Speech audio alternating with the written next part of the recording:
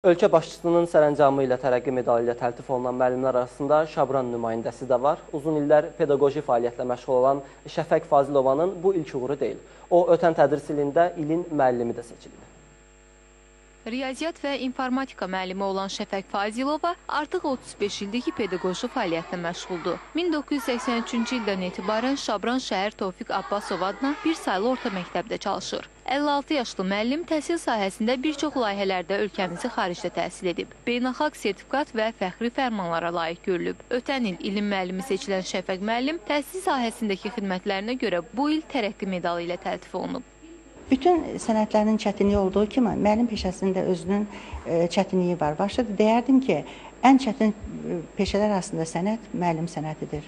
Dünənki sərəncamla əlaqədar bizim Şəfəq müəllimə tərəqqi medalına layiq görülmüşdür.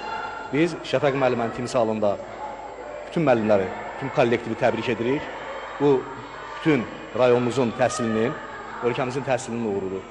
Fəaliyyəti dövründə yüzlərlə şagirdi müxtəlif ali məktəblərə daxil olub. O, hazırda orta məktəblə yanaşı Azərbaycan Dövlət Pedaqoji Universitetinin Quba filialında da müəllim kimi fəaliyyət göstərir. Şəfəq Fazilovanın özünə məxsus tədris üsulu var. O, öz biliyi, savadı və qayğısı ilə şagirdlərinin böyük sevgisini qazanmağı bacarıb.